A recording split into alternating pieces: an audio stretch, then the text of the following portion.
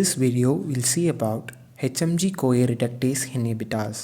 It is an important class of drug used for treating hyperlipidemia. So there are several drugs under this class. They are atorvastatin, fluvastatin, lovastatin, pravastatin, rosuvastatin and simvastatin. So these are the doses in which these drugs are given. In these drugs, atorvastatin and rosuvastatin are the most commonly used. In these, rosuvastatin being the more potent one. Now let's go into the mechanism of action of these class of drugs. An important function of liver is cholesterol synthesis. So this occurs when HMG-CoA gets converted into mevalonic acid through the help of HMG-CoA reductase enzyme. So this mevalonic acid then gets converted to cholesterol through various steps.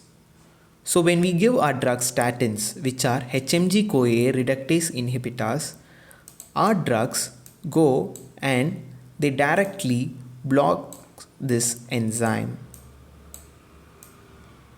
So when our enzyme gets blocked by our drugs, HMG-CoA now cannot be converted into mevalonic acid. So due to this, cholesterol synthesis within the liver will reduce. Thus, the cholesterol level present within the liver will get depleted. So in order to compensate this loss of cholesterol, what our liver does is they go and increase the LDL receptors present within the liver. Now there are more LDL receptors present within the liver. So the blood LDL now can bind with all these receptors. So more LDL is taken up by the liver. So this LDL is then broken down and cholesterol is then formed. Thus our drug statins will reduce the blood LDL level. Coming into the adverse effects, headache and dyspepsia are the most common adverse effects of this drug. Myopathy and rhabdomyolysis can also occur in very few patients.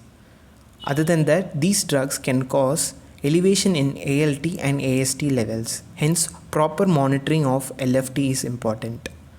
Patients with muscle soreness, tenderness or pain, creatine kinase levels must be checked because in these patients there is increased creatine kinase levels and drug can be withdrawn in those cases.